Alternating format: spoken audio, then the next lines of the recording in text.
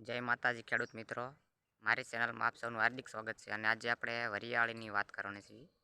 વરિયાળીમાં જે સ્પ્રે કરેલો છે એક જે દૂધ અને ગોળનો, તો તમે જોઈ શકો છો કે વરિયાળી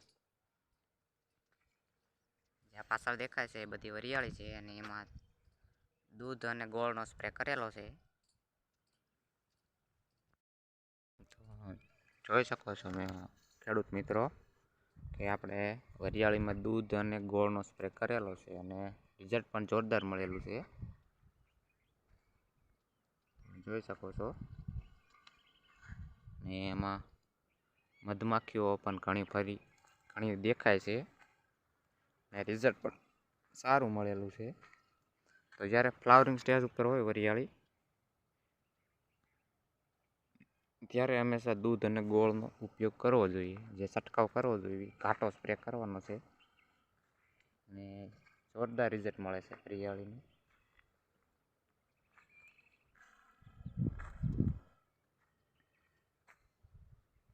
અને વરિયાળી પણ ફાલ ખરતો નથી દૂધ અને ગોળનો સ્પ્રે કરવાથી.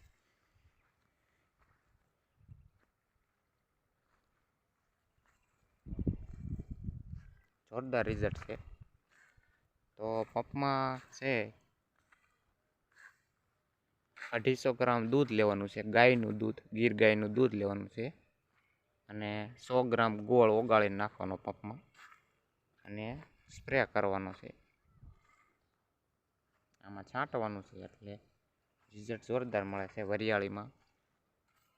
અને એ ફાલ આવે ત્યારે છાંટવાનું છે, ફ્લાવરિંગમાં હોય ને જ્યારે ફ્લાવરિંગની શરૂઆત થાય ત્યારે એનો સ્પ્રે કરવાનો હોય છે.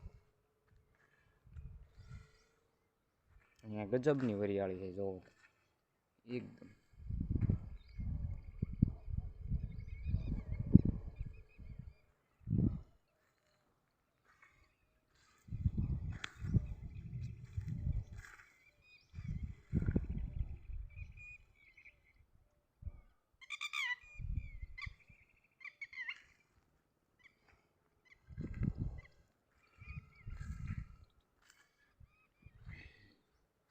અને આના માટે જે કેમિકલ ઉપયોગ થાય છે તો એમાં ફેન્ટેક્સ છે જે ફ્લાવરિંગ માટેની, એ પણ ઉપયોગ કરી શકો. ફેન્ટેક્સ છે, પછી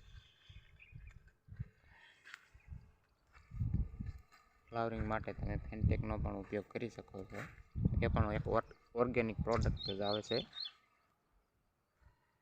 થ્રિપ્સ હોય તો થ્રિપ્સ માટે જે વિપ્રોલિન કહેવાય છે, આમાં કે થ્રિપ્સ તો જોવા મળતી નથી, તો થ્રિપ્સ માટે ફિપ્રોલિન છાંટવી જોઈએ. અને જો મોલો મચ્છી દેખાય તો એના માટે એકતારા ઉપયોગ કરવો.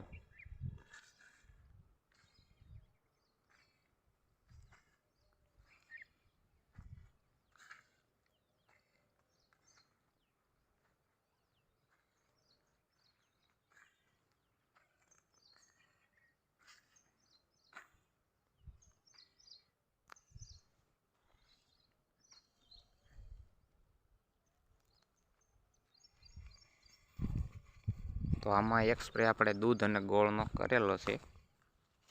જ્યારે ફ્લાવરિંગ હોય ત્યારે હંમેશા દૂધ અને ગોળનો ઉપયોગ કરવો. જોઈ શકો છો જેથી મધમાખીઓની સંખ્યા પણ વધારે આવે અને ત્યાં ફ્લાવરિંગમાં બેસે એટલે તે ફૂલ ખરતું નથી અને તેનું ફળ બનવાની પ્રક્રિયામાં વધારો થાય છે. એટલે ફળ જલ્દીથી બને છે અને ફૂલ ખરતા અટકી જાય છે.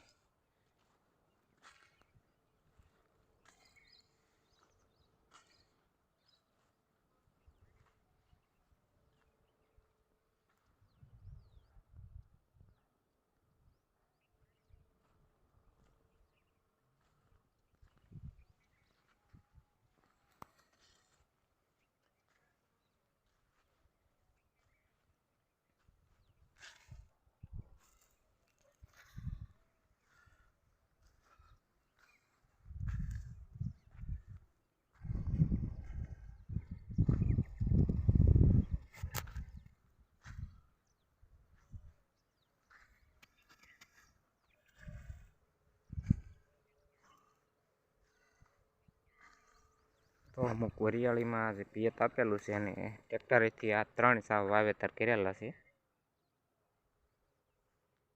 ઘાટું વાવેતર છે અને તમે જોવો વરિયાળી કે ડાળીઓ કેટલી છે અને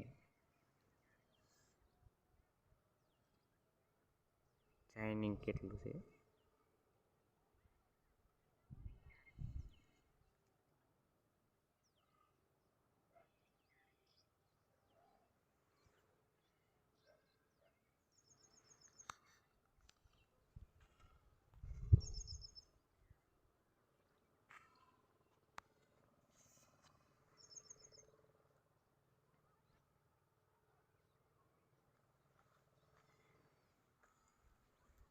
તો આમાં મધમાખી પણ ઘણી બધી જોવા મળે છે. અત્યારે સવારમાં રસ લેવા આવી ગઈ છે અને ફ્લાવરિંગ પણ સારું છે.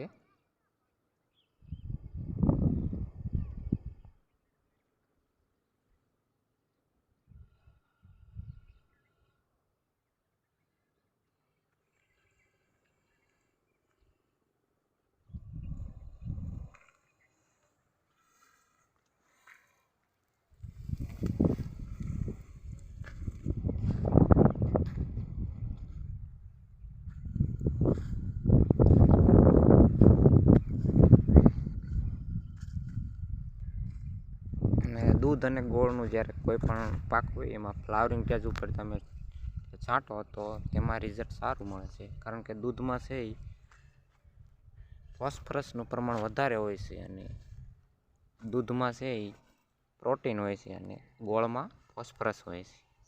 એમ વરિયાળીને પણ એ 2 તત્વો પૂરા પડી જતા હોય છે એટલે વિકાસ પણ સારો થાય છે અને તેનો દાણો બનવાની પ્રક્રિયામાં પણ ઝડપથી દાણો બને છે.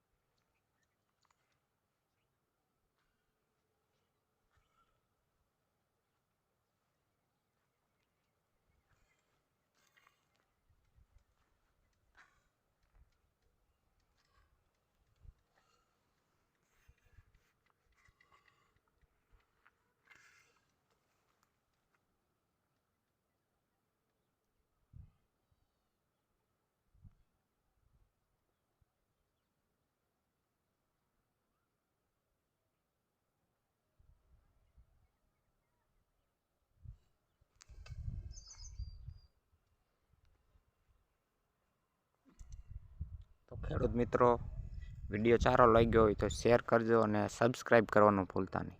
જય જવાન, જય કિસાન.